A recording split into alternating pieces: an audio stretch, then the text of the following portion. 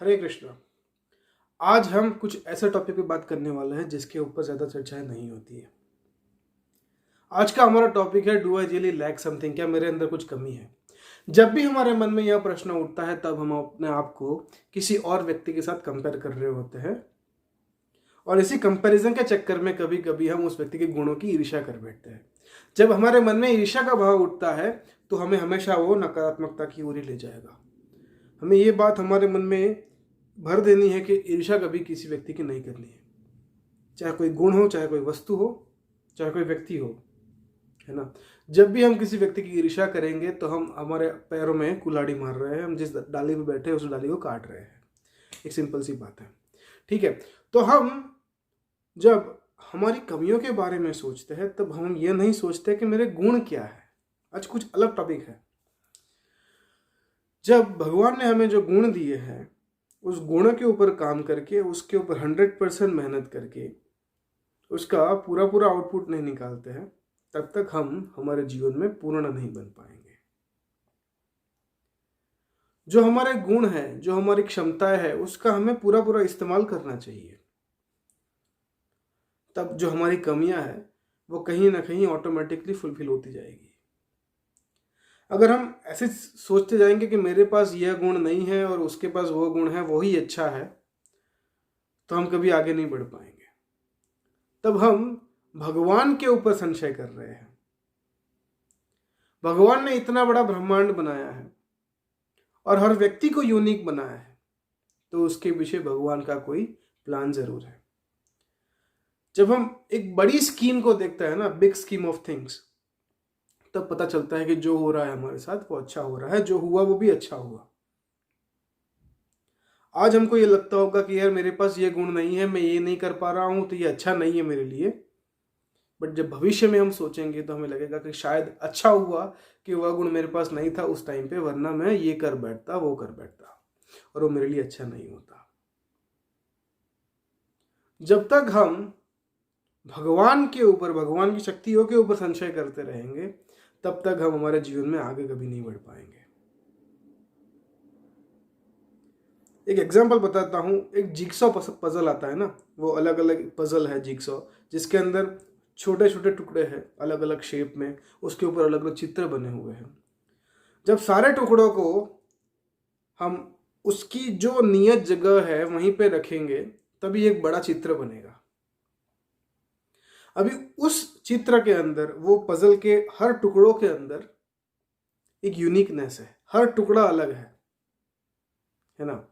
तो कोई टुकड़ा ये नहीं बोल सकता कि यार मेरे पास ये कमी है या मेरा ये गुण है ना। अगर उसके पास जो कमी है वो कमी नहीं होती तो वो कभी भी वो चित्र का हिस्सा नहीं बन सकता था। तो यही बात हमें हमारे जीवन में उतारनी है कि पहले हमें हमारे जो गुण है, हमें जो मिला है, उसके ऊपर चर्चा करते हैं ना, उसके ऊपर काम करते हैं। उसके ऊपर काम करने के बाद हम जब एक 100% हमारे क्षमता के ऊपर हम काम करेंगे तो जो कमियां हैं वो अपने आप फुलफिल होती चली जाएगी। भगवान बताते हैं भगवत गीता में, मया अध्यक्षेण प्रकृति सूयते सचराचरम। ये प्रकृति जो है, जो नेचर है, वो भगवान की अध्यक्षता में, कृष्ण की अध्यक्षता में काम करती है।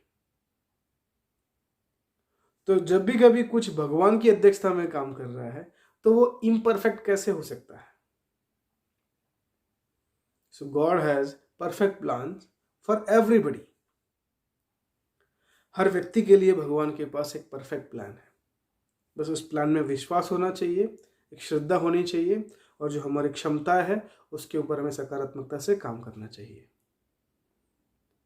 जब हम ईर्ष्या के रूप में हमारे जीवन में नकारात्मकता भरेंगे तब वह हमें अंधकार में, कुएं में ही धकेलेगी, कभी भी आगे नहीं ले जाएगी। हम हमारी क्षमताओं के ऊपर काम करें, भगवान के बताए गए नियत रास्ते पे चले, तब हम हमारी मंजिल पे, जो भगवान ने बताया है, जो हमारा लक्ष्य है जीवन का, तब तक हम जरूर पहुंच जाएंगे। एक दूसरा उदाहरण हम लेंगे।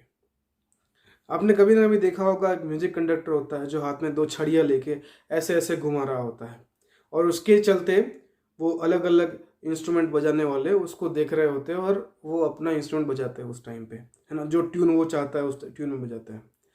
तो उसी के दौरान ऐसा भी कभी कभी मौका आता है जब कोई जो बेस्ट म्यूजिक प्लेयर है उसको रुक जाना पड़ता है, स्टॉप हो जाना पड़ता है फॉर सम मोमेंट्स, और बाकी लोग बजा रहे होते हैं। तो वो उस टाइम पे, क्योंकि वो जो व्यक्ति बजा रहा है उसकी कमी है, इसलिए उसको बंद करने का बोला नहीं है उसने। क्योंकि म्यूजिक में जब स्पेस आता है, जब गैप आता है, उसी से म्यूजिक को वो खूबसूरती मिलती है, उस प्रकार से उसको डिजाइन किया गया है।